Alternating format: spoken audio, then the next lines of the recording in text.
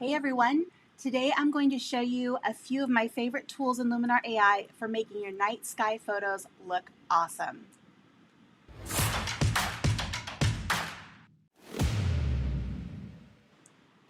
Hello and welcome to Luminar Coffee Break. I'm Angela Andrieux and today I want to share with you a few of my favorite tools that'll make your Milky Way and night sky photos look amazing. Let me go ahead and switch to sharing my screen and we will jump right in. If you have questions as we go along, make sure you pop those into the chat pod or into the comments below and I'll do my best to get those answered for you. All right, so up on the screen I have a photo that I took a couple of months ago of the Milky Way. Now, one thing I do want to mention before we get too far into this is there is a lot of noise. I don't have the ideal setup for shooting Milky Way. My lens has a maximum aperture of f4. A lot of times you want an f2.8 lens or better to get lower noise, so I had to really crank my ISO up for this image. This is shot at ISO 6400, which my camera does really well at high ISO. But we do have some noise in this image that we're going to have to deal with. And it's definitely a balancing act with noise when you're not wanting to lower the detail of your stars.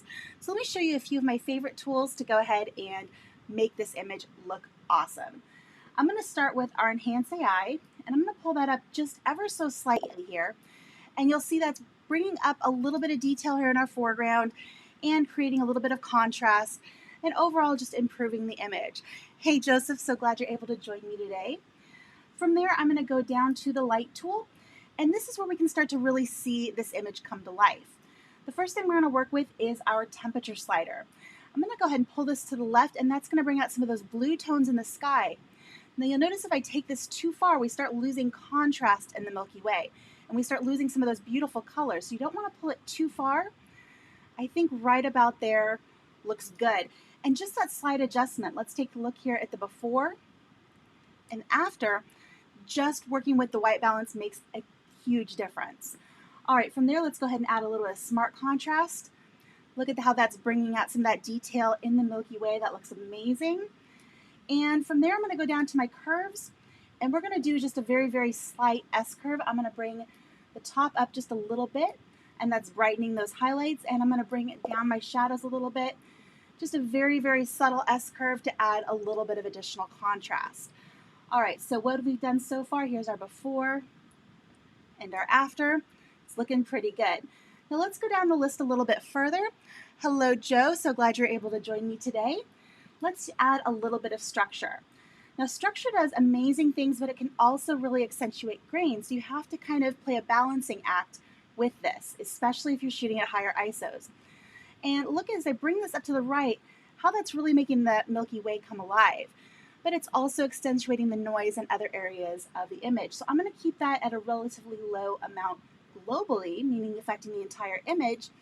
And I'm going to go down to my denoise, and I definitely want to add some noise reduction, especially here in the foreground.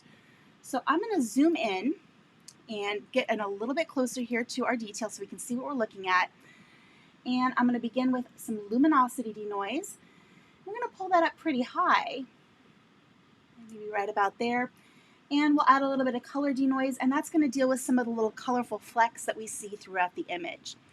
Now, I really am really concerned about the noise reduction down here in this area. So what I'm going to do is grab my masking tool. We're going to add a gradient, and I'm just going to pull up that noise reduction so we're only really adding it here in the bottom and in the left-hand side.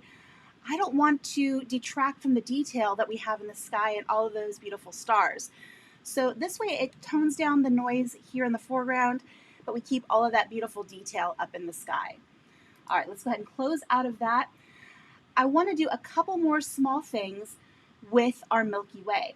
So I'm going to go to our local masking tool and choose Add and Basic. And I'm going to create a radial mask right over our Milky Way so we can make some changes just to this area. I want to make sure I'm selecting the inside of the circle, and I'm going to pull that up like so, and everything in red is affected. Everything outside of the red will not be. And then we just need to modify the shape of this radial adjustment so it more closely matches the shape of our Milky Way. Bring that out a little bit farther. All right, excellent. Now, I mentioned before that the structure tool was doing great things, but we didn't want it to affect the rest of the image. We really only want it to affect this area here. And so I'm going to grab Structure AI right here, and we'll pull this up and watch how it's just affecting the Milky Way. You can pull that up and make that a little bit more intense. I'm also going to pull up our vibrance a little bit more for a little bit more of the color in that area. You don't want to go too far because you're going to start seeing those differences with the area around it, but just a slight touch and maybe a tiny bit of saturation. There we go. I think that looks really, really wonderful. I'm going to close out of my local masking tool and let's take a look at our overall before and after. So I hope you guys enjoyed this tutorial and you know how to go in and take a look at your own night sky photos. Make sure you make use of Enhance AI, work with your white balance, use a little bit of structure, and address the noise in the foreground especially. But be careful about how you apply noise reduction to your sky and your stars. If you have any questions, make sure you pop them into the comments below. I'll be checking those regularly and make sure I can answer those for you. If you enjoyed this, give us a thumbs up here on YouTube. We always love seeing that. And with that, I want to wish you a wonderful rest of your day, and I'll see you next time. Bye-bye.